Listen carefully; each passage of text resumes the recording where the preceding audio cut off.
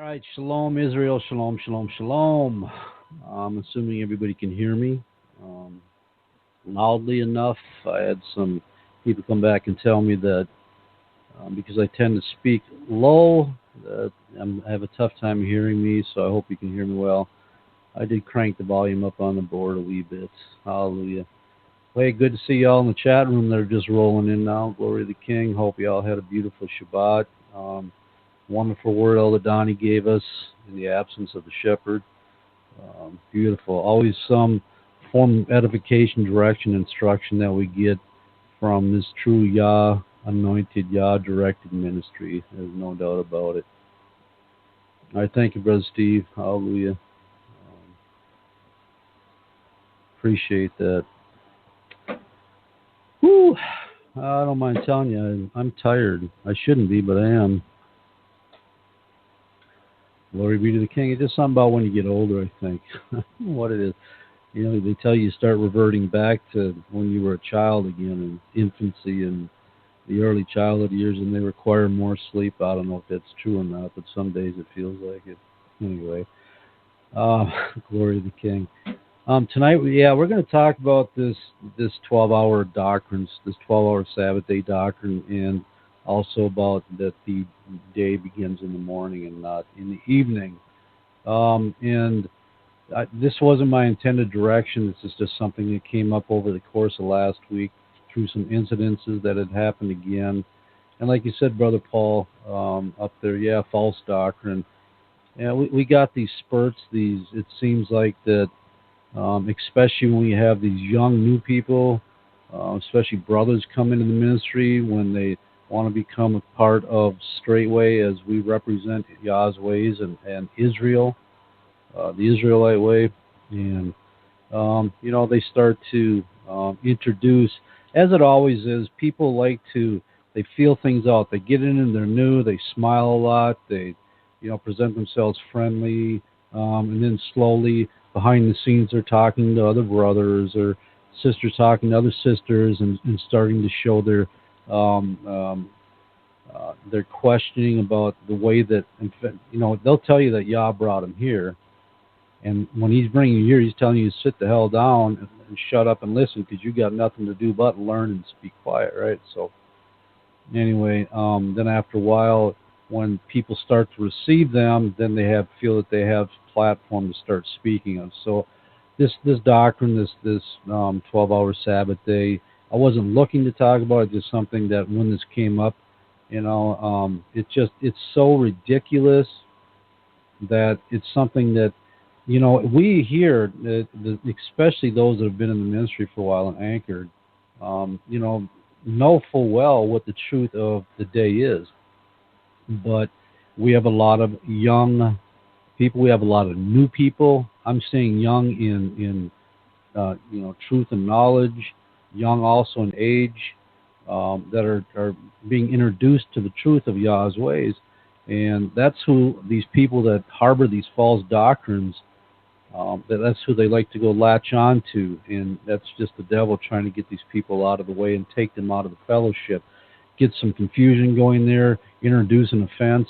And, of course, you're at the mercy of those that actually believe a lot of this stuff, like the lunar Sabbath, the 12-hour Sabbath, because the ones coming in don't have any knowledge of it at all. They just are eager to learn, so they're like a sponge. And unfortunately, there's some bad water trying to get, have the sponge to soak up that bad water. So anyway, that's kind of the crux of the matter. It came about because there was somebody out there that has since been booted out of the ministry that was trying to not only use a 12-hour Sabbath, but also the earrings and a few other things. And it isn't the first time. So I just thought but I'm not going to do it. I'm not going to break this down, because if you go and look behind the 12-hour Sabbath day, or the beginning and the evening and the day, or the morning and the day when the day begins, and the argument there, I got to say this, and most of the doctrines that I've read in the area trying to challenge or bring their own interpretation of the word,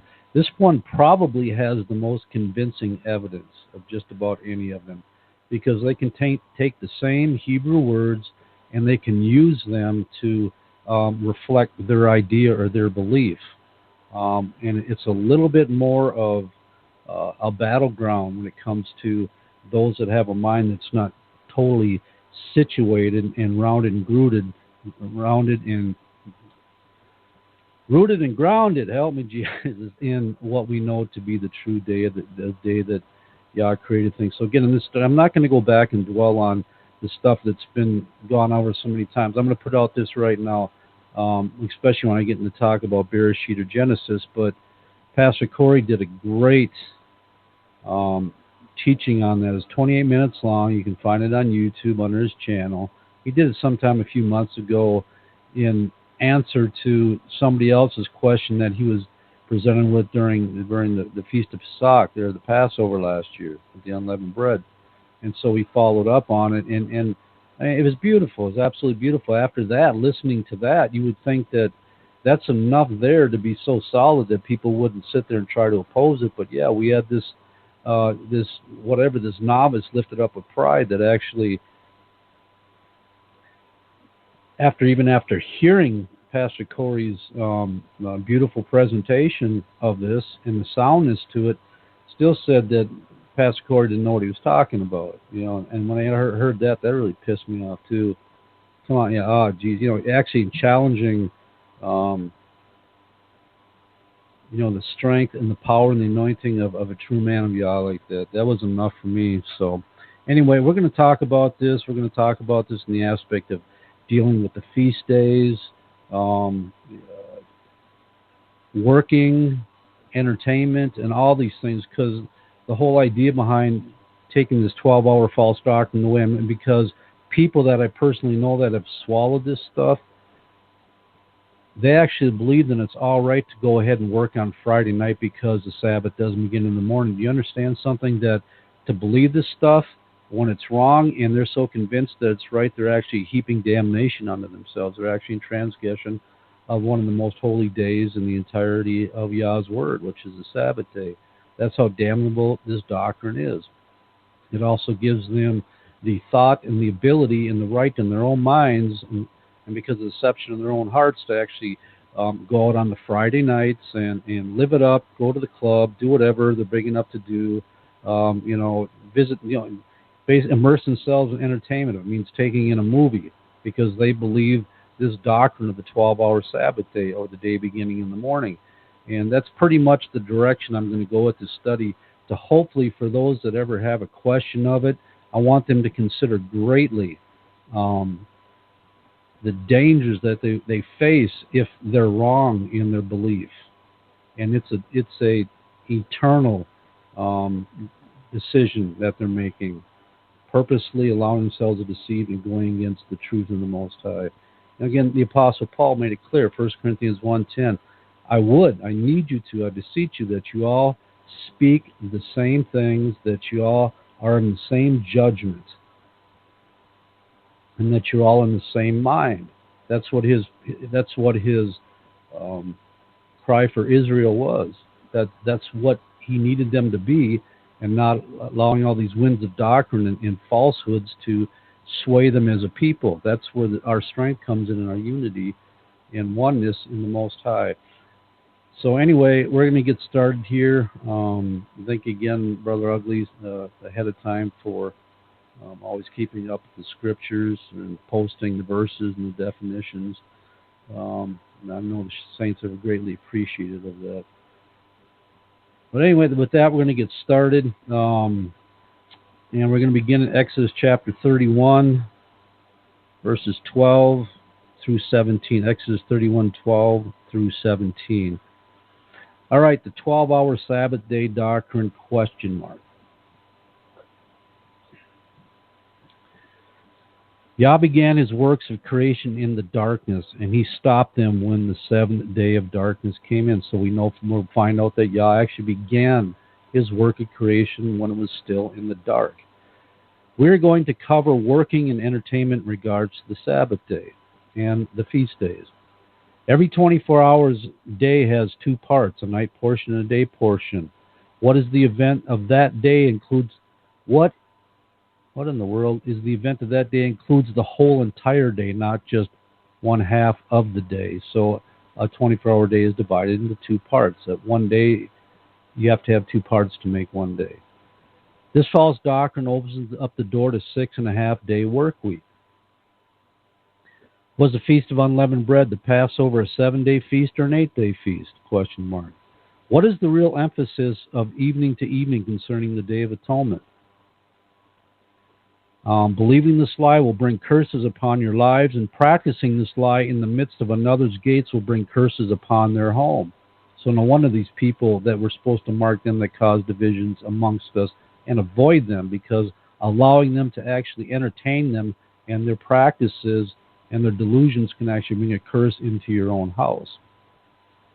Accepting that the day begins in the morning lumps Israel in with all the other nations of the world. That was one of the first thoughts that I had when I heard this stuff, is because we're supposed to be set apart from the other nations. We're not like the other nations. Our ways are different. Our laws are different.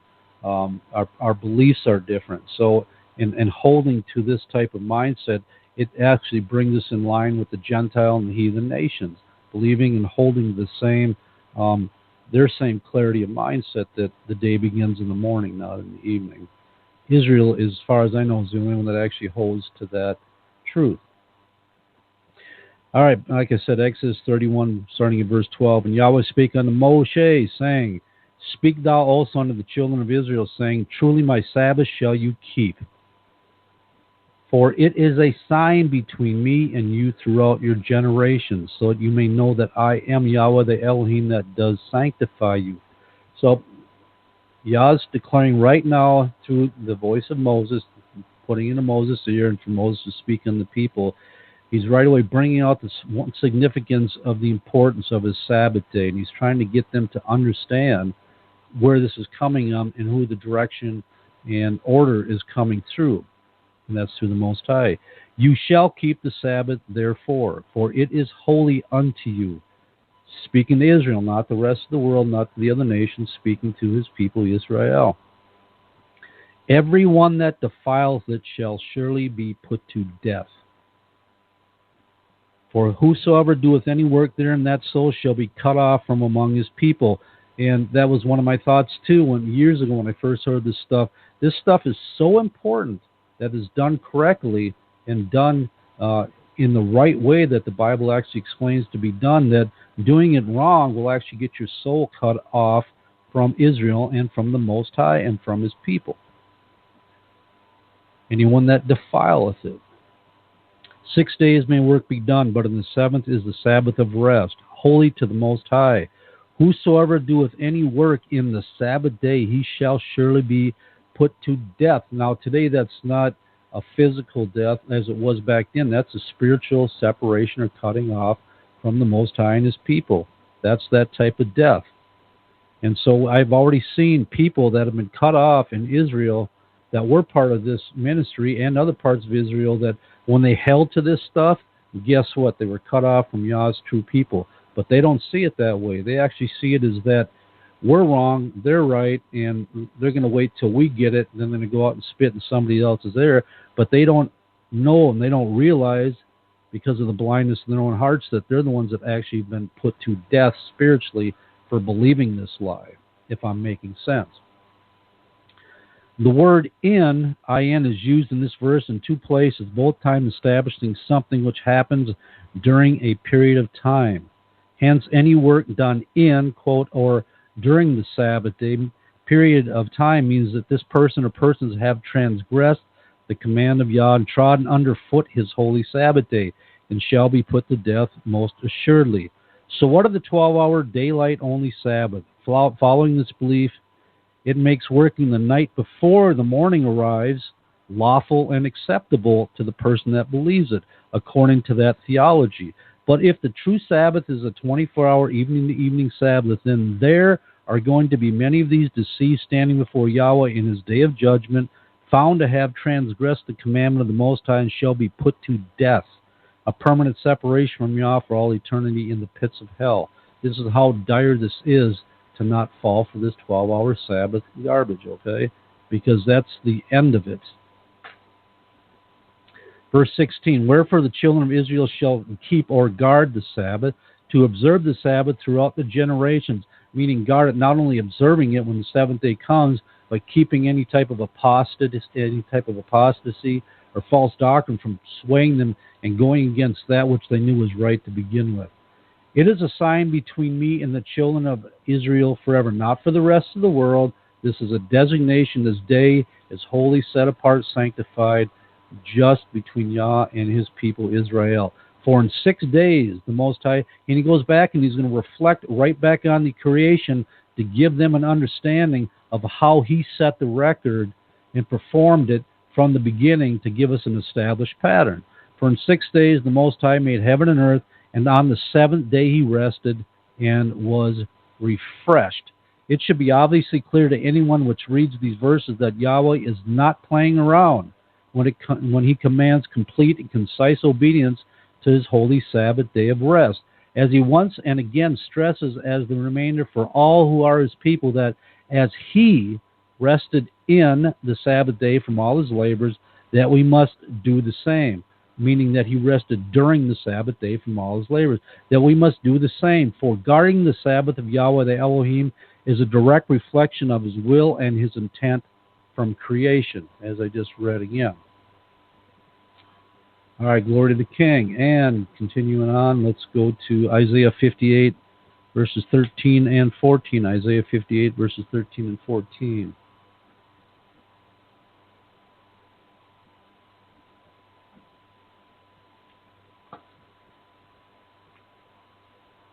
If thou turn away thy foot from the Shabbat, from doing thy pleasure, and Pastor did a brilliant job here a few weeks back bringing this out, bring more clarity to what these particular verses I'm about to read mean, all right? From doing thy pleasure on my holy day. Again, he's telling Israel, you can find it from Bereshit all the way to Revelation about the importance of keeping his commanded feast days, especially the seventh-day Sabbath of rest. I mean, I don't know of any other day that is so much more attacked than that Sabbath day, either by the lunar Sabbath, the 12-hour Sabbath. It's just something people want to steal away, a day of rest that's intended for Yah's people, that he established from the beginning.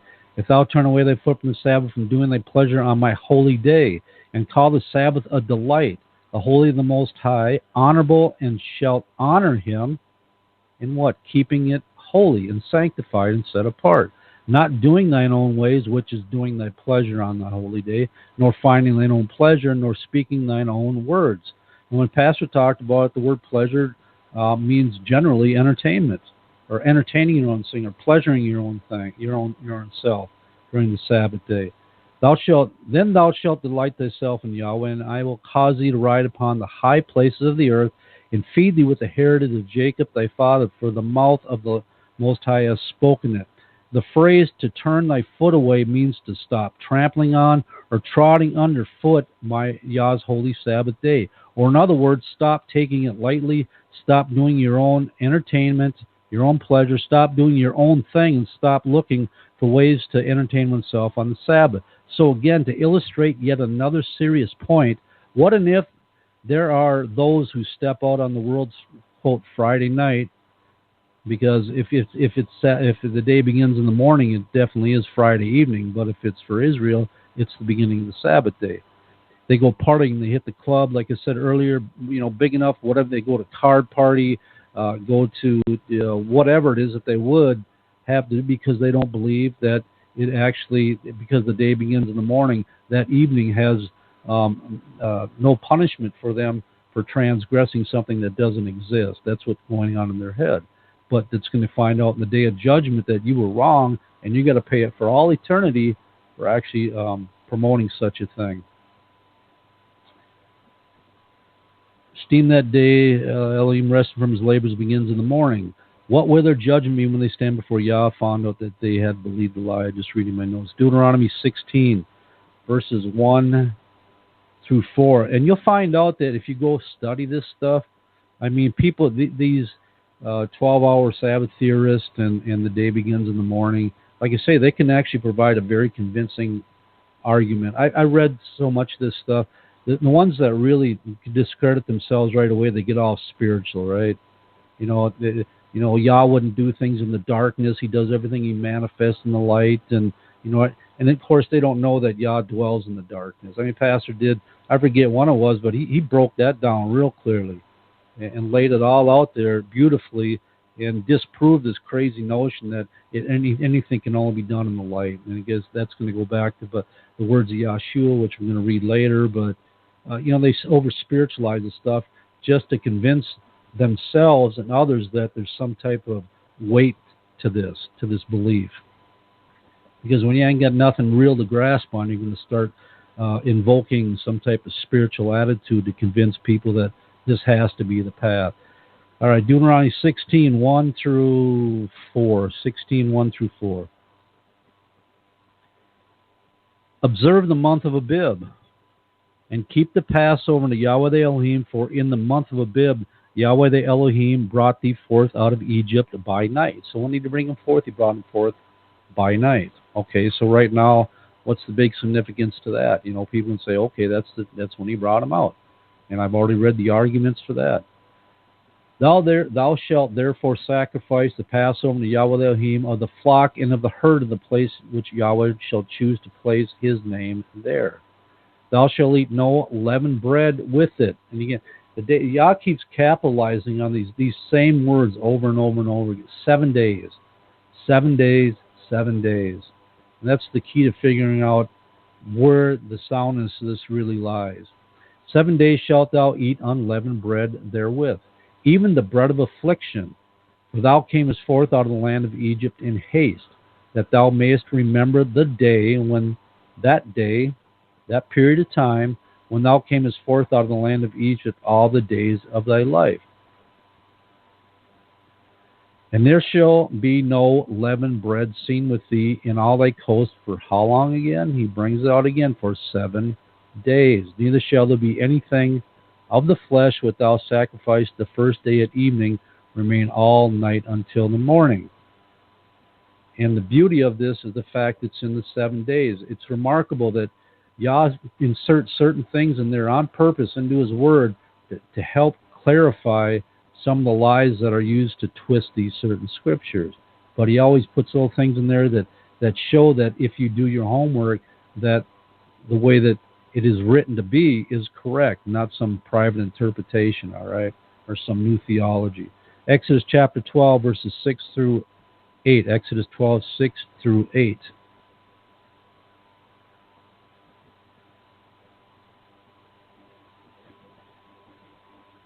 And it says, again, we're talking again about the Passover, the Feast of Unleavened Bread. And you shall keep it up until the 14th day of the same month, and the whole assembly of the congregation of Israel shall do what they shall kill it in the evening. Why in the evening? Why not in the morning? Why, there's a questions to all this. There was a certain way.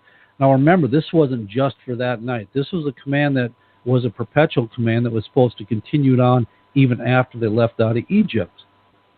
So it isn't just, it's always going to be in the night. And I know people say, yeah, it's going to go back because it's a day of remembrance. Well, it should be, because they were liberated from Egypt in the darkness, or in the beginning of the new day. So there was a new day dawned on Israel. They got their freedom and their liberty from Egypt in that new day, just like when Yahshua comes back. The same will be liberated coming into that new day. That first is going to be the dark period, and we know that our redemption draweth nigh, as the Bible says. And they shall take the blood and strike it on 2 posts, and on the upper doorposts of the houses wherein they shall eat. And they shall eat the flesh in that night, roast with fire and unleavened bread, and with bitter herbs shall they eat it. So again, we're stressing the importance that it's on the 14th day of the month. They're going to kill it in the evening, and they're going to eat this unleavened bread, as we read in Deuteronomy 16, 7 days. So there's 7 days, 7 days, 7 days. All right, Exodus chapter 12, verses 14 through 20. Exodus chapter 12, verses 14 through 20. So we're in the same chapter, just a few other verses ahead. Hey, shalom to everybody coming in the room. Glad to have you all on here. Of course, if you haven't heard, we're speaking about the heresy and the lie of this false 12-hour Sabbath day and things that surround it. All right, verse 14. And this day, what day is that? shall be unto you for a memorial. You shall keep it a feast forever for Yahweh throughout your generations. You shall keep it a feast by ordinance forever, the day of the Passover. That is a day of memorial, a day of remembrance. Verse 15, 7 days shalt thou eat unleavened bread. Yah keeps bringing it up, bringing it up, bringing it up. 7 days shall you eat unleavened bread. Even in the first day you shall put away leaven out of your houses. For whosoever eateth leavened bread from the first day until the seventh, that soul shall be cut off from Israel. So Yah is clearly defining again here, if you haven't got it right the first time, that it is 7 days. From the first day of the feast to the seventh day of the feast, 7 days, no bread with leaven in it. And anybody that does, that soul shall be cut off. And you're going to find out. Remember we talked about earlier about in Exodus 13 about believing the Sabbath wrong because it's a sign, and that soul shall be cut off for not honoring like Yah prescribed it from the very beginning when he rehearsed in the ears of the people through Moshe again. Just like he did in the beginning, that's what their intent is. He's saying the first same thing here again.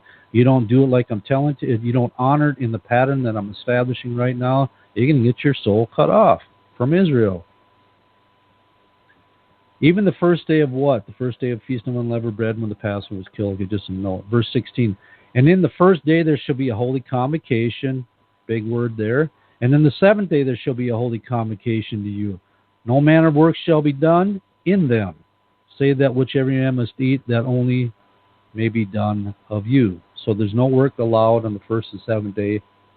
Holy convocation is the beginning and the end of the Feast of Unleavened Bread. So what if you're working that day that you shouldn't be? You're dishonoring that set apart day of holy convocation. And you shall observe the Feast of Unleavened Bread. Verse 17, for in the selfsame day I have brought your armies out of the land of Egypt. Therefore shall you observe this day in your generation by an ordinance forever. Not just in that period in time and that one night when they were liberated from Egypt. This is a perpetual command by ordinance forever. In the first month, on the 14th day of the month at evening, you shall eat unleavened bread until the 20th day of the month at evening. So not only did he tell them 7 days, so you eat unleavened bread, he also told them from the first day of the feast to the last day of the feast, you'll eat unleavened bread. He said the first day of the feast and the last day of the feast are, and the 7 days are of a holy convocation. And he's also giving them the dates of the month, from the 14th day of that month until the 21st day of that month. So you have all the parameters set there right in front of you to figure out if this works from a morning to morning scenario or from an evening to evening scenario. The clues are all right here, okay? I mean, you watch these studies these people have done, and their presentation, they break down the word day, yom, and all the other designations, and they try to break the Hebrew down and show it, the dawn means this and the eve means that, and they just go back and forth, which is fine and dandy. You need to study to show yourself approved, but what happens, what I'm trying to show in the study, they forget the stuff that's laid out right in front of them, and you can't dispute it. You don't have to go into the definitions of all the words. Just common sense reading and a little bit of math will tell you that what their belief is impossible, holding to what and amazing, it's found in the feast days again too. There's so much hidden truth in the feast days, or obvious sense in the feast day. Verse 20, you shall eat nothing leavened, in all your habitations shall you eat unleavened bread. The command is according to verse 18. And remember, verse 18 said, in the first month on the 14th day of the month at evening, you shall eat unleavened bread until the 21st day of the month at evening. So according to verse 18 is that we are to consume no leavened bread from the 14th at evening until the 21st day. It is giving the exact parameters, okay? If we were to use the model of the day begins in the morning scenario based on what verse 18 is saying, then technically now you have to flip your mindset for me and follow me in this way. Now you have to think in the day and the morning, all right, to be able to follow me. But I'm going to show you something about the wrongness of the application using the day and the morning. If we were to use the model of the day begins in the morning scenario based on verse 18, then technically the last night of unleavened bread, or through the night into the next morning, which would be a day, would be the night of the 20th leading into the new day of the 21st. as the night of the 20th would have been the 7 nights, okay, if you're following what I'm saying, from the morning to the morning day. Now, for some people, like me, what I have to do is actually sit down with a piece of paper and draw this out literally and designate it day, night, and what day it is and what day of the week it is and all the other stuff. And it's actually much more clear. So if I'm not making sense or it's hard to follow, I understand, and you can just do that maybe after the broadcast, actually just take and write this out, and then do it the day that we observe from the evening to evening. You're going to find out a big difference looking at it, but it's right there in front of you. And if we count 7 periods of day, that is from the morning to morning day, from the 15th day of the month, which would have been, according to this understanding of the day beginning in the morning, it would have been the 15th day of the month, that evening when the Passover began, which would have been the next morning after the Passover killed, and the next morning after the 14th, as it said, because it begins on the 14th, and eaten on the 14th night. Then the last day of the 7 would come on the morning of the 21st. But wait 1 minute. There are a few other things that must be taken into account. Verse 16, which was tells us that there is to be a holy convocation on the first day and the 7th day of the feast. See, it's amazing. All this stuff blends together, and when you put it all together, it totally refutes this possibility of the day beginning in the morning. It has to automatically go back to a evening to evening day. If we follow the theme of the morning begins in the day, and the first of the feast, the holy convocation, begins on the 14th day, right? Because that's when Yah said that this feast begins on the 14th day to the 21st. Then the holy convocation of the last day of the feast would mean that the feast is actually 8 days long. Why? If we conclude that the feast at the going down of the sun on the 21st day. Now, I know I may be losing some of you are with me, but actually to hold from the 14th to the 21st day using a morning-to-morning scenario, and then the holy convocation at the beginning and last day, that means the feast had just added 1 day. That's what I'm trying to say from a morning-to-morning attitude, all right? So right here, just in this these simple scriptures, Yah gave us in Moshe to keep and in order according to the pattern, the Passover and the Feast of Unleavened Bread. We can disprove this morning-to-morning day, all right? Let me see. Remember, by their own determination, they claim that the Passover was killed and eaten during the night portion of the 14th day. And I can say that because I've read their writings, their articles, their studies. So they actually say the Passover was killed and eaten during the night portion of the 14th day, if that's a morning-to-morning scenario, just like the Romans follow now, because it's midnight to midnight. So so attempting to make the 15th day at morning the first day of the Holy Convocation to equal 7 days until the sun going down on the sun of the 21st day would contradict their own logic. So what I'm saying is they can't use 8 days, so they have to switch it up and make the 5th day at morning the first day of the Holy Convocation, when the Bible says clearly the 14th day of the month. They would have to go to the 15th in order to make it land on the 21st to make 7 days, if I'm following right. So they can remove that 8th day, but then that's throwing out the 14th day of the month, which you can't do because the Bible just said it starts on the 14th and ends on the 21st. So that confounds their own logic, all right? Now, if we count the first day of the Holy Convocation beginning with the coming in of the day with the night portion, so that's okay. I'll explain this to you. It's actually in the newsletter that I wrote back a few years ago on the Passover. Then we do indeed end the 7-day Holy Convocation on the 21st of the month or 7 days later. This model actually follows the 7 days of creation, amazingly. So one could also argue that the day portion of the night before Yeshua had his last meal and was betrayed, that Yeshua should have been in the synagogue. That was some of my side notes here. Anyway, I'll get out of it. That's what I do in my studies. I type notes all over, and sometimes I don't take them out. Sometimes I forget to put brackets around saying don't read this, but anyway. But the point is that if you actually go to the model that it's evening to evening, and we use the Feast of Unleavened Bread, that means on the 14th day of the month, as evening was coming in, approaching the 15th day of the month, that because the day starts at night, or with the evening, with the night portion, and then to the day. So the Passover was killed between the transition time in the evening. So the transition between the 14th, the ending of the 14th, beginning of the 15th day. And if you follow that program, it comes out exactly 7 days later to the 21st. And that's when the day of the Holy Convocation. So just by using these, if you keep yourself armed with these and do a good study of these, you can actually disprove this morning to morning and also this 12-hour Sabbath day. Okay? Hey, we're going to go ahead and take a break here.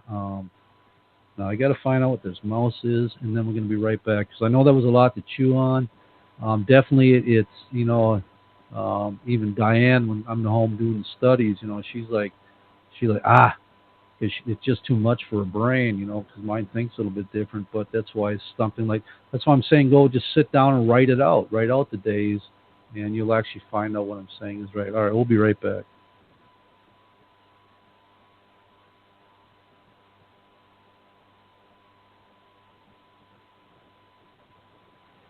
Shalom, this is Sister Wenda. I hope that all of you are enjoying the broadcast that you're listening to right now. We appreciate each and every last one of you, our faithful listeners and supporters of the Straitway Truth radio broadcast. We try to make sure that we do our due diligence and do our best to ensure that you have the best broadcast as well as the truth coming to you in the hour that we're living in right now. If you would like to help us in this endeavor, your offering will be greatly appreciated in the work of the ministry of the Most High Yah. Our mailing address for your gift, offering, or letter of support is Charles Dowell Jr. That's Charles Dowell Jr. And Dowell is spelled Dowell.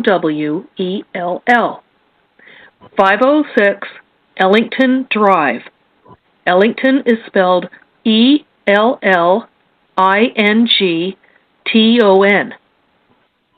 P.O. Box 32, Lafayette, Tennessee, and Lafayette is spelled Lafayette, 37083. Again, our mailing address is Charles Dowell Jr., 506 Ellington Drive, P.O. Box 32, Lafayette, Tennessee, 37083. If you would like to contact us by way of phone, the country code is 1, area code 615-688-3025.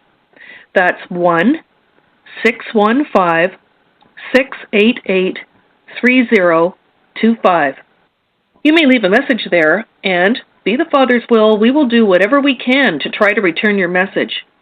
It is our hope and our prayer that as you continue to listen to the Straitway Truth Ministry, and as you apply the teachings of this ministry, that you are finding peace and growth within you, your family, and life as well. Please tell others so that the truth may also have an impact and touch others' lives so that they may enjoy the benefits of the truth of Jesus Christ just like we all are. Shalom, the King is coming. Hallelujah to that. The King is coming. Okay, we're back, and I hope that wasn't too much of a headbanger, what I just talked about as far as the Feast on Unleavened Bread. Believe me, it's something that you have to, because most of the time we just read it over and accept it for what it is until there's actually a challenge to it. And a lot of times it causes people to dig down and even pull more out of what was right in front of them that they were just kind of glossed over, read over. We can all accept because we're all together in no division that it's 7 days, and that's it, right? We got a beautiful calendar that Brother Steve makes for us every year and posts on the website, downloadable calendars. So again, even with that one, we're still together in unity. And amazingly, it hasn't happened this year, but I've actually had brethren come to me and they've taken the wrong day off of work and they've called and it's like, brother, it's on the calendar. You know why? It's because they've made an old determination about, they've done their own moon work and their own, looking at this and come up with determination that, actually based on their own logic or understanding when they believe that the feast really begins instead of when we're unified in one, when it does begin. So they end up taking the wrong days off and then they're upset because they can't understand the calendar, because it's not written according to their understanding. You see some crazy stuff, I'm telling you. Then you have to try to Like, all right, brother. All right. Now, one time I told her, I said, how is it that, this was actually last Passover. I said, I had a brother come, he was all irate and everything. I said, bro, I tell you what, I don't know how you miss this, but there's 650 people coming. How come they all got it right, and you can't get it right? Because you didn't understand it, because you had a different mentality about the way the feast. And this is somebody that has some tenure, right? I said, how can it be that 500 or 600 some people are right and are wrong and you're right, bro? That don't make any sense. Out of a great cloud of witnesses. So, yeah, this stuff really happens. But I'm telling you, sometimes beliefs get so dug down. I mean, I can say personally that I've talked about stuff, spoken, especially prophecy stuff. Hey, and if I get definite direction from, especially Pastor Dowell, that it's an error someplace, I'll hey, I'm taking this down because I missed it someplace, right? And we'll just let time will tell. But anyway, not to detract too much. We're going to continue on. Okay, we're going to go into Bereshit and Genesis chapter 1, verses 1 through 4. I'm not going to do the whole thing. No, 1 through 5. Chapter 1, 1 through 5. And then I think I'm not going to read it all. Then verse 31, and then Genesis 2, 1 through 3. Okay, Brother Ugly, this first one, though, is from the Young's Literal Translation. I don't know. Thank you, Brother Steve. You all read in the chat board. Trumpets begin next Friday evening, the 27th at sundown. There it is. And that's the same thing the feast day calendar says. So in case you were wondering or you're new and just getting on board, that's when Straitway Ministries, under the direction of the Holy Spirit and Yah's Word, that's when we're going to begin trumpets and honor it that Sabbath day, the day portion of the Feast of Trumpets, okay? So this is from the Young's Literal Translation, the YLT, and I really like this reading of Genesis 1. I think, to me, it's a lot clearer than what the King James Version, because actually the King James Version, if you're not careful, can actually present a little bit of confusion in the way that the wording is structured. So this here is a lot more clear to me, the way he just broke it down simply. All right, but Genesis chapter 1, verse 1. In the beginning of Yah's preparing the heavens and the earth. Okay, so this is the opening. Now, if you read in the King James, it says, in the beginning Yah created the heavens and the earth. Well, here in Young it said, in the beginning of Yah's preparing the heavens and the earth, because he's going to start to do a transformation with the heavens and this earth in the first 6 day of creation. So I like the idea better. It says preparing. He's about to do something. When reading the verse in the King James Version, it almost suggests that Yahweh had a beginning, and that at his beginning he created the heavens and the earth, and we know that this cannot be the case.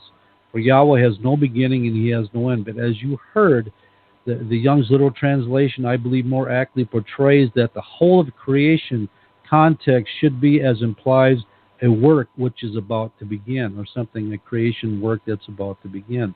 This also rather brings into the forefront the beginning and creation of time, or the soon ability to measure time. And that was the volume, the context, and the importance of the creation of the first day. It actually introduced time in the eternal setting. Genesis 1, chapter 1, verse 2, again in the Young's. For the earth has existed, waste and void, so it was in being, because it was created before this time that Yahweh was just about to partake in. And darkness is on the face of the deep, and the Spirit of Yah fluttering on the face of the waters. And Yah said, let light be. And light is. So he spoke it into existence. Just let it be, and it's going to come. He spoke it into it, and then light was there. It is at this very point in the creation of the day that light was introduced to darkness, and not darkness to light. Darkness had always been. Yah began his first work of creation in darkness, not in the light. He was in darkness when he began this 6 days of creation, 1 day of rest. So he began in the dark. Verse 4, and Yah seeth that the light, that it is good, and Yah separated between the light and the darkness. Now, the word divided or separate, I had to go from the King James to get this definition, Brother Ugly. So it's in the Braun Driver Briggs, Hebrew 9:14, Dowell. And this is the definition for the word separate, or as it's used in the King James, divide. It means to divide, to separate, hefel, to divide, separate, sever, to separate, to set apart. So he had to set apart between the light and the darkness. He had to make a distinction, as it says in the next meaning, to make a distinction, a difference. So he had to establish a difference and a distinction between the darkness that was, and the newly created light. Because, and I'm going to read something to you, and it means to divide into parts, to separate oneself from, to withdraw oneself from, to separate oneself unto, to be separated, to be excluded, to set apart. Okay, so you get it, but the main focus, as I was trying to convey, is that it was set apart to make a distinction or difference. After Yahweh had birthed the light into existence, because he was the originator of it, he solidified a distinction of the two by separating the light from the darkness. He made it known that this darkness and this light had different purposes. That's why the separation. It also appears that the darkness and light were a sort of in a mingled state, into one another, not distinct in their space, as we know it now. I mean, if you look at this earth, because we know that not the earth, rotates around whatever, and, the astronomy that we know is, but we know on one side of the planet it's always light, and the other side of the planet it's always dark at some point in time. So there's a separation there continually of the light and the dark. This is the same thing, and if you use just, you thought about what it was, Yah had to make a distinction because he had to separate the two, which implies that they weren't completely separated and isolated one from the other when he created light. They were somehow intermingled. Up until this time, darkness had not yet been given a distinction because it didn't need it, because it was just darkness. All right? It was only after the creation of light that darkness was given a name to define its character apart from the light, and it was called night. The fact is, the Creator began creation in the darkness when it was dark, or the night, and his first creation was to establish time by creating light, or quote, the day. And if you read some of this 12-hour Sabbath, and the day begins in the morning, they'll take the eve and the morning and all the words in here, and they will do a complete and total breakdown and showing how it has to relate this way and how it has to relate that way and how it can't be this way. And for me, I'm just simple. I read it, I'm simple. It makes perfect sense of what he was saying and how he established it at the very beginning, because he started this work in the darkness. And Yah called the light day, verse 5, and the darkness he called night. And there is an evening and there is a morning, day 1. So when he says there is an evening, there is a morning, they're constituting that, the writer of this saying that there isn't just this chunk of light and this chunk of dark. There's actually, and there is an evening and there's the morning, totally setting up for this 24-hour day, this first measurement of time, 24 hours of time. Yah established this right in the very first day.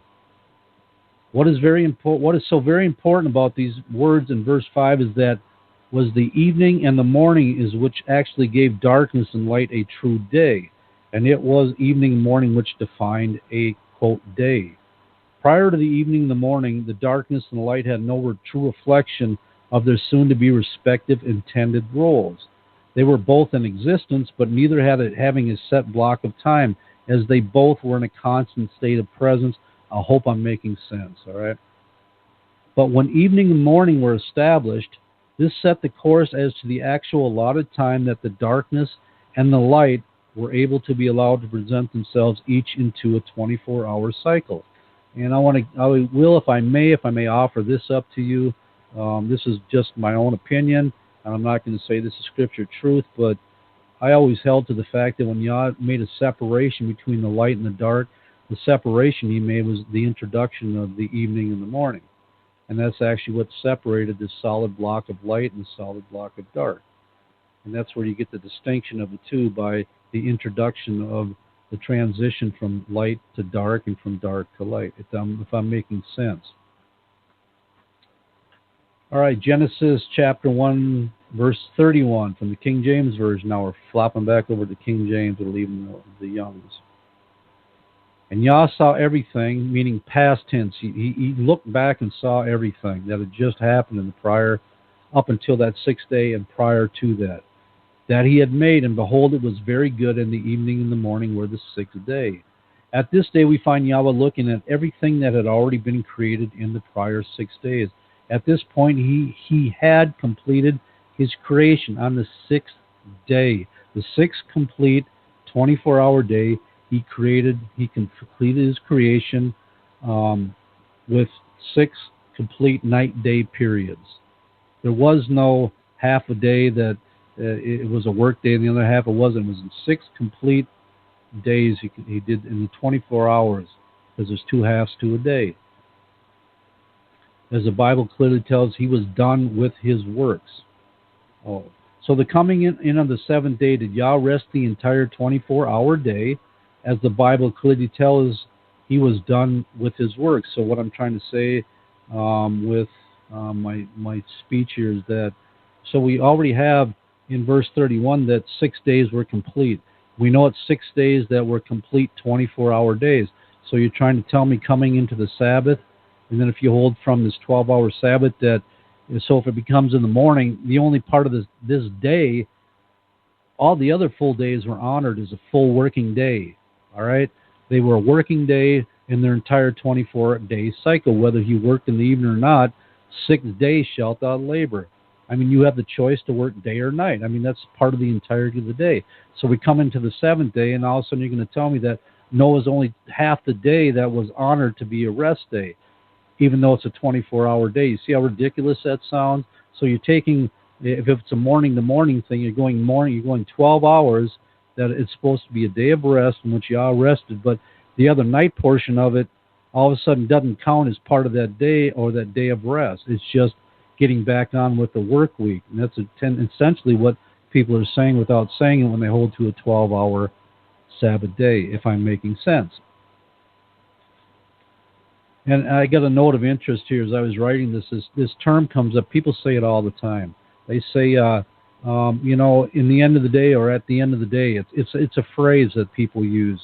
But even using it, they deceive their own selves, because when they speak it, they're saying that in their speech that the day literally ends, or that 24-hour day ends with daylight when the dark comes in, out of the profession of their own mouths, but yet out of their own mouths they're going to refute the very terminology that even if they're speaking in the urban language stuff they call it, at the end of the day.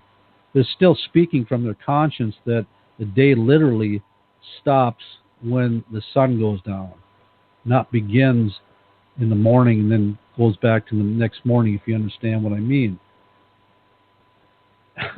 Again, it's just this is how ingrained this is, and even their speech is hypocritical. So I hope I ever hear a 12-hour Sabbath person say, well, at the end of the day, it don't matter. We just all got to agree to walk together. So you just told me that the day ends at the end of the daylight period. Okay, I understand. And that's exactly what they're thinking, because that's that Western mindset. All right, Genesis chapter 2, verses 1 through 3. Genesis 2, 1 through 3. So Yah, in verse 31, he looked back in chapter 1. He saw everything he'd done. He's looking back at his work after 6 days. Everything is done. He's finished. Thus the heavens and the earth were finished, and all the host of them. And of course, you have to remember now, this was without chapter and verse back then. So if you go back to verse 31, or just the way it was written, and Yah saw everything that he had made, and behold, it was very good. The evening and the morning were the 6th day. Thus the heavens and the earth were finished, and all the host of them. So he's already declaring that the 6th day finished all of this, or the ending of the 6th day made an end to all this. If you really want to make it clear, get rid of the chapter and verse and just read it like it was written. And on the 7th day, Yah ended his work, or to be correct, this is written again, it's kind of deceptive. You can read it in other places, and I'm going to show you an example where Yah didn't end his work on the Sabbath day. He would be breaking his own commandment. He ended it before the coming in of the seventh day, which he had made, and rested on the seventh day from all his works which he made. Otherwise, he would be in dishonor of his own word. And Yah blessed the seventh day and sanctified it, because that in he had rested from all his work which Yah created and made. So what I'm going to do really quick is just read Genesis 2, 1 through 3 in the Samaritan Pentateuch, which is the first 5 books of Moses that the Samaritan people, some people say this is actually the most accurate writing that there is of the ancient writings, and that as a tradition, orally and written, it was kept in its integrity for thousands of years. I don't know if that's the case, but listen to the way this is written compared to what I just read you out of the King James. Thus the heavens and earth were finished, and all the host of them. And on the 6th day Yah ended his work which he had made, and he rested on the seventh day from all his work which he had made. And Yah blessed the seventh day and sanctified it, because then he had rested from all the work which Yah created and made. So this is more exact, more precise when it says, and on the 6th day Yah ended his work, not going into the 7th day. Again, that gives people room to flutter and budge and everything else. All right, moving on, getting off of Bereshit. Leviticus chapter 23, 27 through 32. This is talking about, again, another feast day or appointed time, the Day of Atonement. And this gives distinction, it gives direct language on about how we're supposed to do the Day of Atonement. And they have a beautiful argument for this too. But I want to show you the simplicity of how it was written this way. There was an intent to write it this way. All right, Leviticus 23, 27 through, again, 32. Also on the 10th day of the 7th month, so right away they established what day that this appointed time is to be held. Also on the 10th day of the 7th month there shall be a Day of Atonement. It shall be a holy convocation, and you shall afflict your souls. This is a command. You shall do this. And an offering made by fire unto Yahweh. Is this to mean a literal 24-hour day, or is this to follow the idea of a 12-hour Sabbath when only the daylight portion holds as sacred when we're supposed to afflict our souls? Now remember, you're playing with fire if you're not actually keeping the commandment the way it was written. If you're prescribing to an interpretation that you receive as your truth, but it's wrong, there's a consequence for believing wrongly. That's what I'm trying to stress here. Be careful of, because there's consequences for all this stuff and for all these laws and not keeping them the way they were written properly to keep. Verse 28, and you shall do no manner of work in the same day, for it is a day of atonement, to make an atonement for you before Yahweh the Elohim. For whosoever soul it shall be that shall not be afflicted in the same day, again they use the word day, in the same day, he shall be cut off from among the people. Now a day represents a period of time. And whatsoever soul it be that doeth any work in that same day, that same soul will I destroy it from among. This is how critical it was and how important that it was pushed that you need to obey this. This is something that is that critical. It can cost you your eternal life, your soul, forever. Not only cut off from Israel, like we read before about the Sabbath day, and also the Feast of the Passover, but also here, and again, so much of this importance centers around properly and righteously keeping Yah's holy feast days. There's dire consequences for not doing as you should. And whatsoever soul it be that doeth any work in that same day, that same soul will be destroyed from among his people. No joke. Yah is trying to push the seriousness of this very day. You shall do no, again, now think about it in the context of a 12-hour Sabbath, okay? Now, morning to morning. Now we're going to go on. Brother Ugly's already ahead of me a little bit up here, but we're going to break this down. The same soul will I destroy among his people. You shall do no manner of work. It shall be a statute forever throughout your generations and all your dwellings.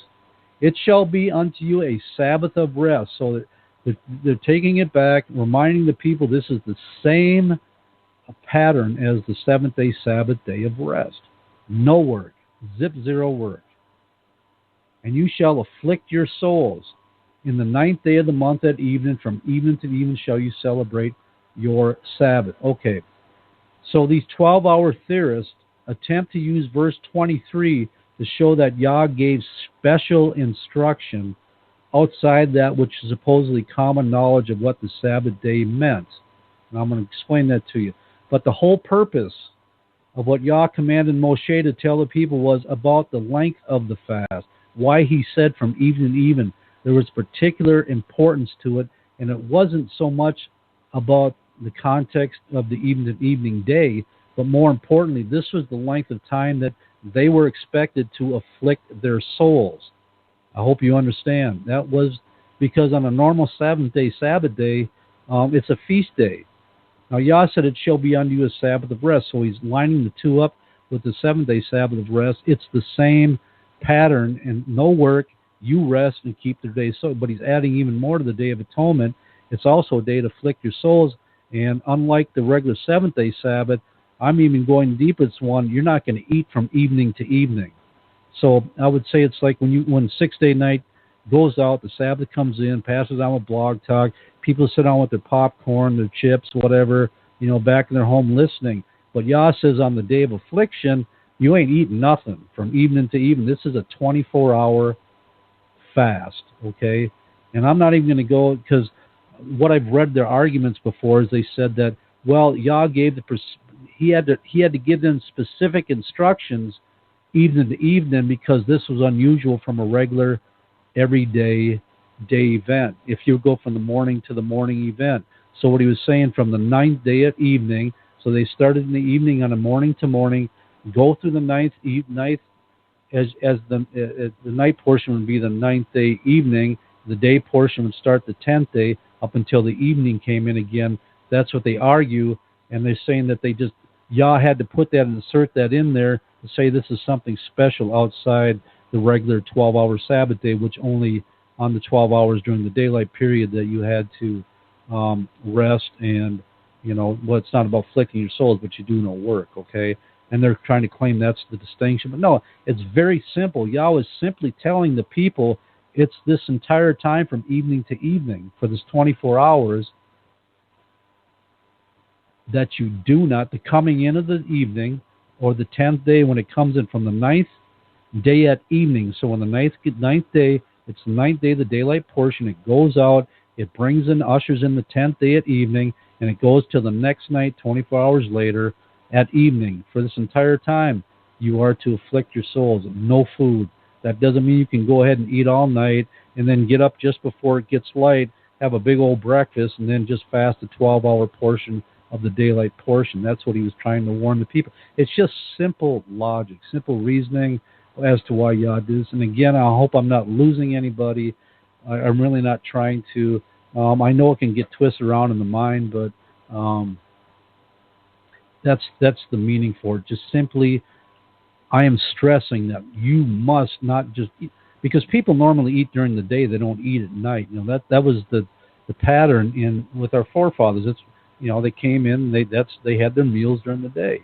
But I'm sure people they're human. People may have something to eat in the night. You can probably find something in Scripture where they sat down and had a meal during the night or had a late night snack or something. I mean, humanity, that part of it, food for the belly, it hasn't changed. But Yah is simply stressing here, nothing. When that sun goes down, you ain't eating nothing until the next night. And then you go ahead and you can break your fast, all right? That's what I'm implying. So they get so caught up in all these theatrics, but they're losing the simplicity of what it's saying. All right, the book of Judith, chapter 8, verses 4 through 6. Y'all remember this one. Write this down someplace if you ever come across somebody that, and they're going to say, oh, well, the Apocrypha was done away with and the words aren't right. But this here again, if there's any one set of verses that actually establish and help, even anchor even more so an evening to evening 24-hour day, it's these few 3 verses here. All right, the book of Judith and the Apocrypha, chapter 8, verses 4 through 6. Judith chapter 8, verses 4 through 6. So Judith was a widow in her house 3 years and 4 months. And she made her a tent upon the top of her house, and put on sackcloth upon her loins, and wear her widow's apparel. And she fasted. This is Judith now, this widow. She fasted all the days of her widowhood. Save. It's going to tell you when she is not going to fast. Save the eves of the Sabbath and the Sabbaths, and the eves of the new moons and the new moons, and the feast of the solemn day and the house of Israel. So in all these places she did not fast on the eves of the Sabbath and that day, the eves of the new coming into the new moon and that night, or the eves of the feast days coming into, or the solemn days, okay? So that's when she would break her fast if she could. Because like the seventh day, they're feasts, they're celebrations. And so many people, I know a lot of people, they fast the morning of the Sabbath. They prepare to get their minds clear to hear the word. Hallelujah, glory to the King. But is it mandatory? No, you don't have to fast. It's a feast day. And there's no commandment that tells you actually have to abstain from food or eating from the Sabbath day, okay? So yeah, the book of Judith. Now remember that it's dead on perfect. It only makes sense that these verses from Judith, that eves are meant to convey those time frames when darkness is coming in. It's easily provable. And I've never seen it anywhere in all these arguments these people have about the day beginning in the morning, the 12-hour Sabbath day, they will ever go back to the book of Judith. I mean, this is like the Krypton of Superman, right? It only makes sense. Okay, what sense would it be to write that Judith fasted on the eves of the Sabbath if the Sabbath was just that one 12-hour daylight period? Why not just say that Judith fasted? Why didn't it just written that she just fasted the Sabbath day? If they're thinking, it would have just been the daylight portion. But they had to stress the eves of the Sabbath. Or what time of the language, or what of the language as it has to do with the new moons?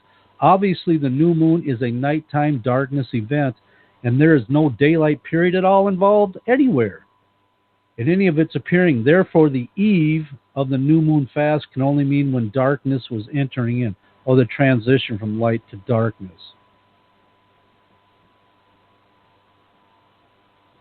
Okay. And also quite beautiful, there is the unity of the feast of the Most High spoken of, and in these verses, also including in the fast, which began on the eves of the feast and appointed it. And again, he's going back to the feast, right? And yeah, Brother Ugly, I know, but there's so much stuff I could include in here, and a lot of the stuff that they used to prove their point. So I purposely left a lot of that out because they have such a contradictory argument, and so I'm trying to use common sense stuff and common sense approaches that they don't use, that contradicts easily what they try to purport to be their truth. So anyway, so again, the book of Judith, chapter 8, verses 4 through 6. Write it down somewhere. You ever have a discussion with somebody about this and they're not going to hear, have them read this one, because they just cannot refute this.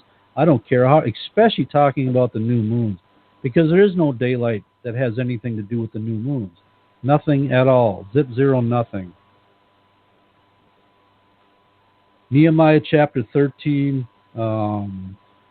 verses 15. Now they do use this, but understanding what we just wrote about, and again, coming off of what we've talked about and studied about and read about so far, and especially with the book of Judith. Now you go to Nehemiah 13:15, and you start bringing this stuff out, and it easily shows that what the day actually is. So we're just going to read it quickly. Nehemiah chapter 13, verses 15 through 21. Oh, they beat the hell out of this one, though.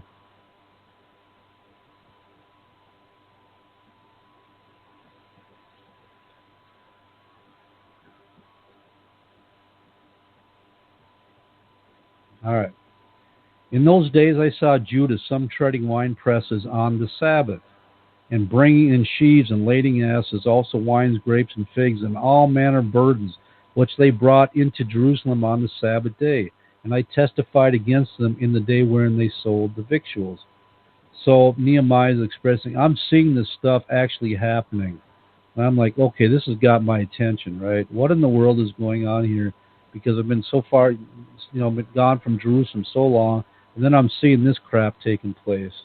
Because Nehemiah definitely had a heart after the Most High. There dwelt men of Tyre also there, and which brought fish and all manner of ware, and was sold on the Sabbath unto the children of Judah and in Jerusalem.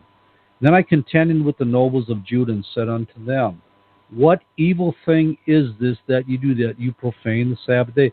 So Nehemiah is going to the people that were supposed to be safeguarding the Sabbath and the sacredness of this holy set-apart day, and he's going to go up and get in their face and ask them, what the hell do y'all, what are you doing? What is going on here? Why are you allowing this evil thing? I mean, come on, they're just coming out of, they're in a stage of captivity, and the reason they're in the captivity is because they're pulling shit like this, being disobedient and breaking Yah's commands and ignoring especially his holy Sabbath day. I mean, you can find that all written all over the prophets. Sabbath day keeps coming up. Did not your fathers thus? And so Nehemiah is reminding them what already happened because of your fathers pulling the same shit. And did not Yah bring all this evil upon us and upon this city? Yet you bring more wrath upon Israel by profaning the Sabbath. So Nehemiah is really, really trying to drill it into their head that, look, again, you're transgressing the Sabbath, and by doing such, this is the consequences, the punishment that we're getting because you refuse to hearken to Yah's ways. And that's just like I brought it up. So if you're so convinced that a 12-hour Sabbath, the day begins in the morning, what if you're wrong? How many times we read over and over and over again the consequences of disobeying the true actual Sabbath day, the feast days, and again, we're coming back, profaning the Sabbath, defiling the Sabbath, defiling the feast days. There is dire consequences for not upholding the righteousness of his commandments. So go ahead and work the night portion of Friday night. Call it Friday night instead of entering into the seventh day. And what if you're wrong, right? What if you're wrong? I wouldn't even think, okay, they're going to tell you, well, I can still believe, I just won't work Friday night.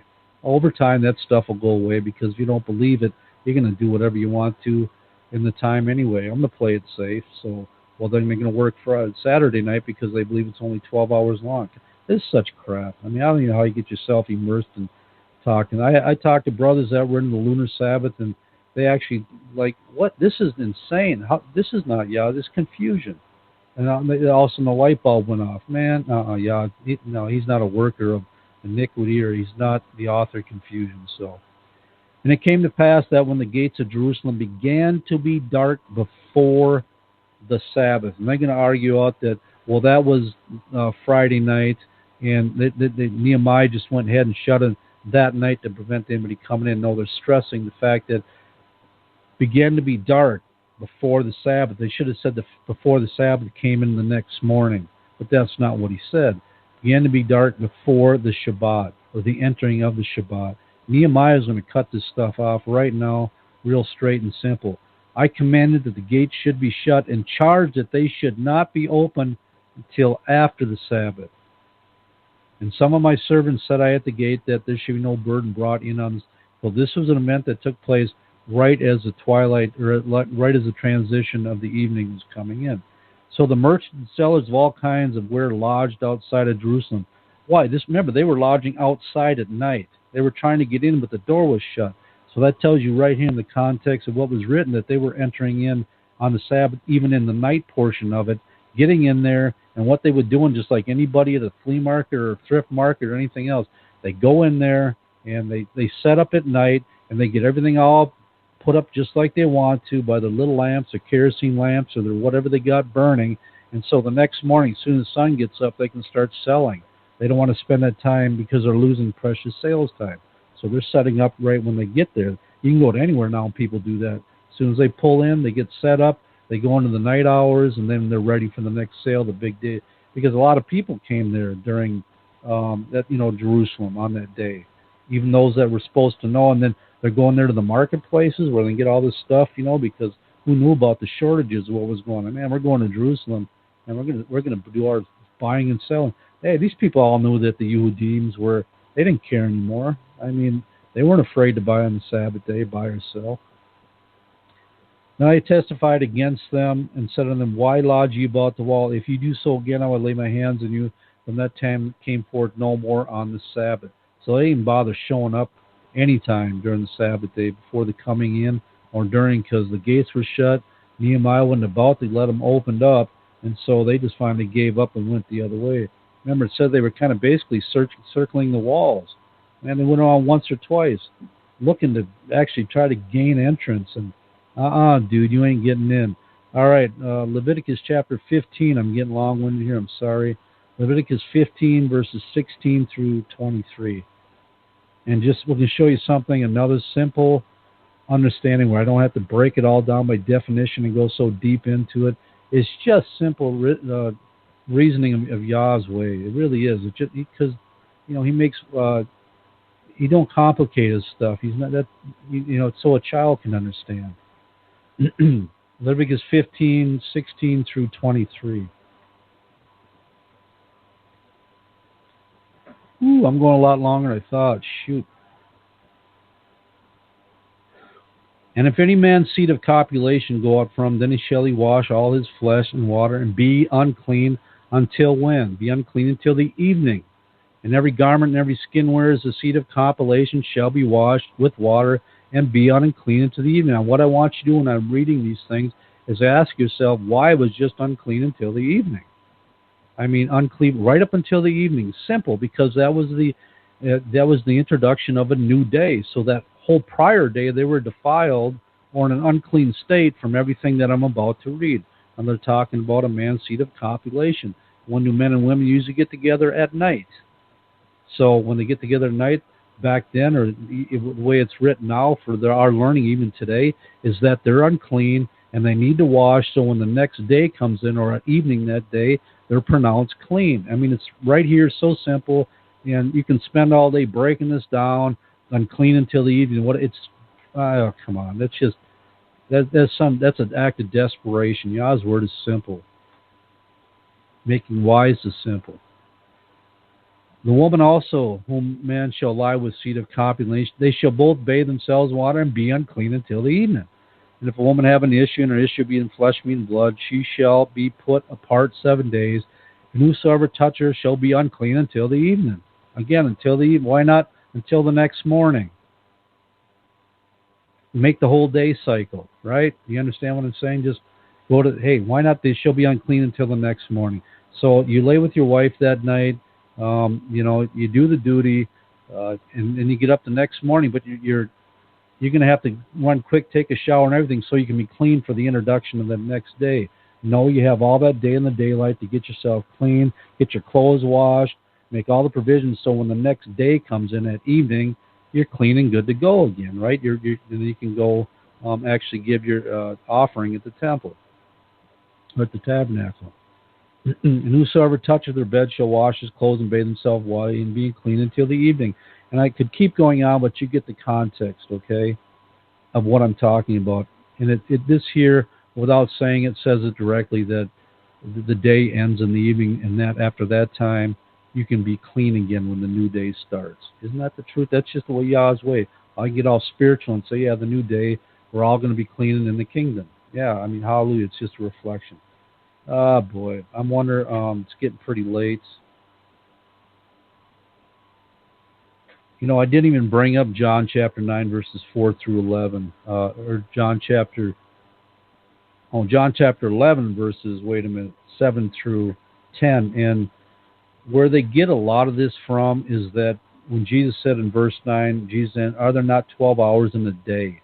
If any man walk in the day, he stumbled not. Because, all right, we're going to go there because I was going to read through about, where is it?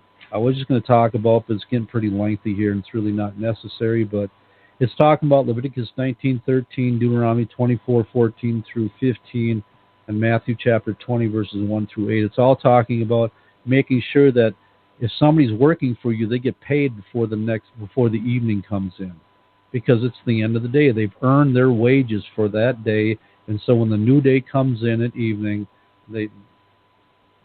it's beginning the new day. They get paid before the new day comes in. Yah wants everything, all the business taken care of before the new day comes in. And of course, you go back and forth, but all I'm trying to do is show you the simplicity that's in the Word.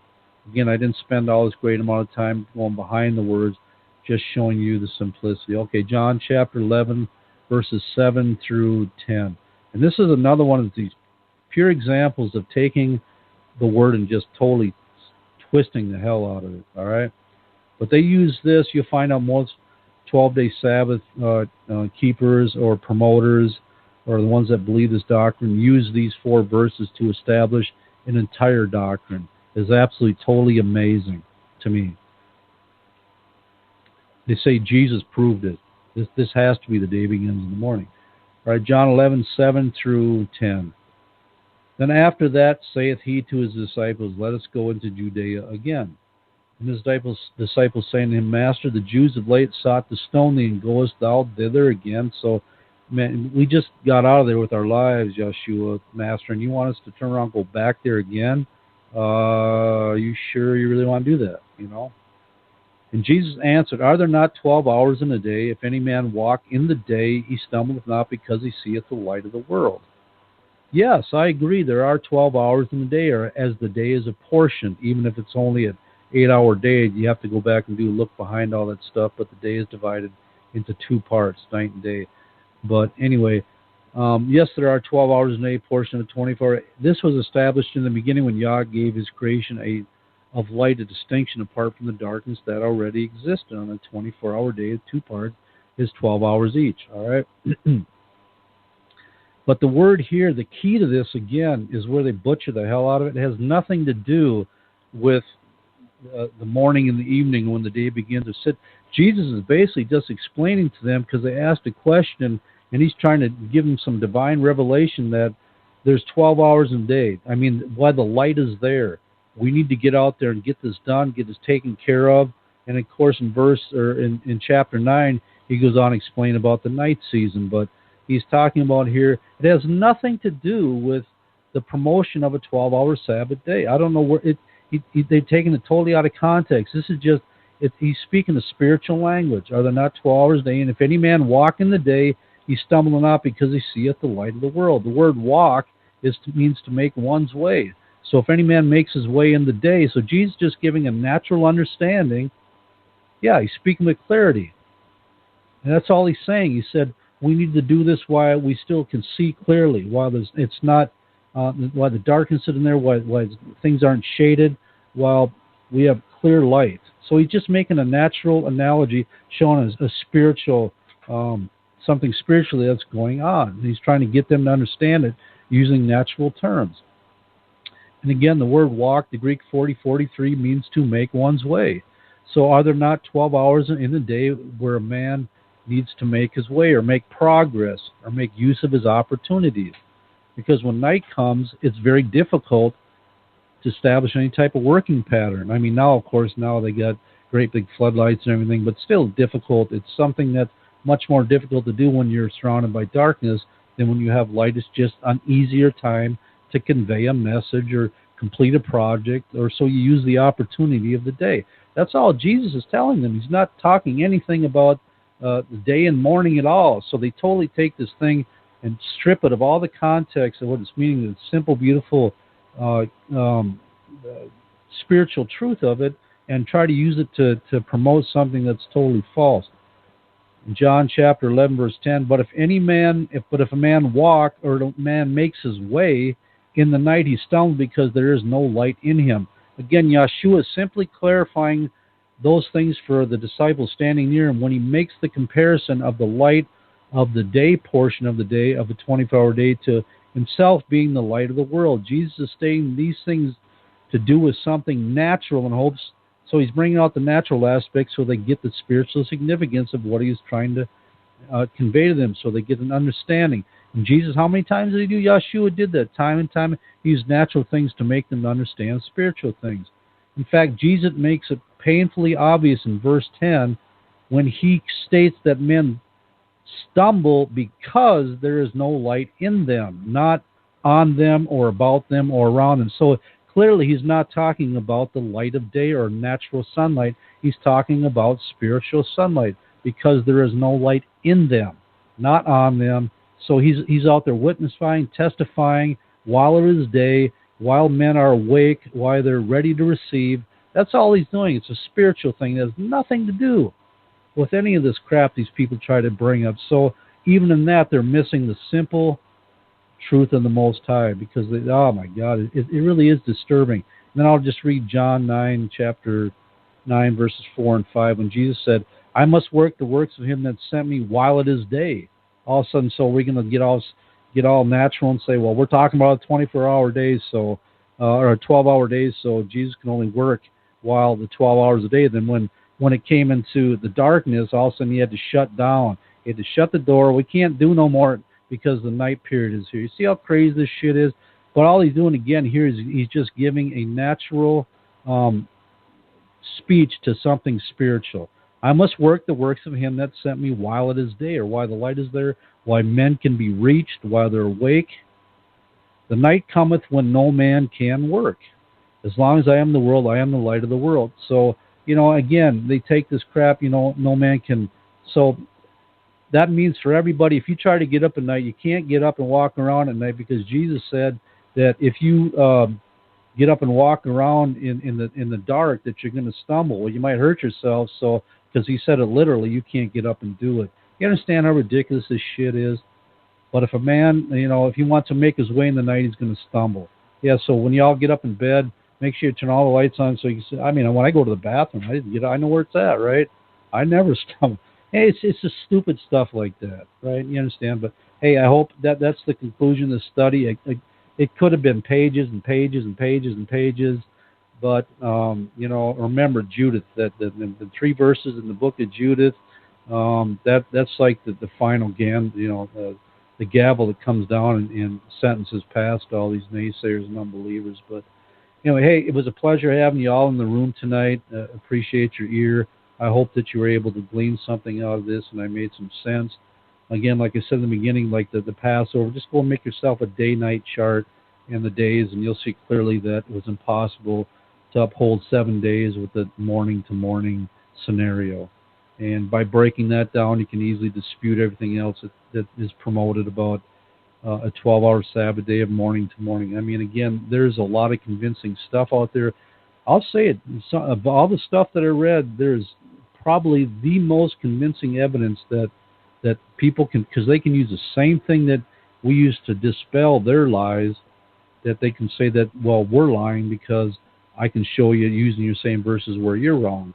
And it is very convincing. So if your mind is not stable, the devil has actually used that with other people to dissuade them and take them out of the way. So anyway, hope you're able to glean something from this. Didn't exhaust you too bad. Hopefully didn't usher in too much, I don't want to say confusion, but just, it was too fast. And anyway, you can always go look back, and you can email me, elderbecker777@yahoo.com. I'll try to break it down anyway. Hey, I pray y'all have a blessed week. I appreciate your patience. Be getting yourself prepared for the feast days. Man, come on, they're about here. They're Yah's holiest of times, and we need to be sober and ready for them. When they get here, have your heart prepared. And, of course, absolutely, pray for Pastor Dowell. Pray, in every way, shape, or form, because if any one man gets attacked in Yah's kingdom and in this ministry, it's Pastor Dowell. So he needs the prayers to the utmost. The effectual, fervent prayers of a righteous man, he availeth much. So you'll actually see the fruit of your prayers. Bless you all. Appreciate y'all joining in tonight. And I don't think I'll be back until after probably late October. No, probably November sometime, because with the feast and everything, we don't do the blog talks and everything. So glory to the King. Hey, all of you are going to be here for the Feast of Tabernacles, your first time coming.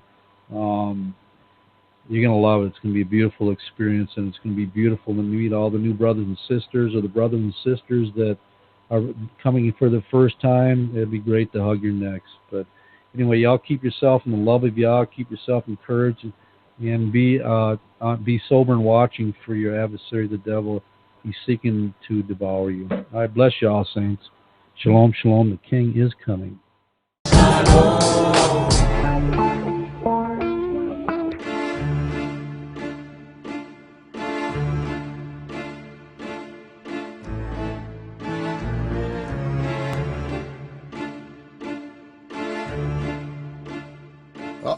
Look at him looking.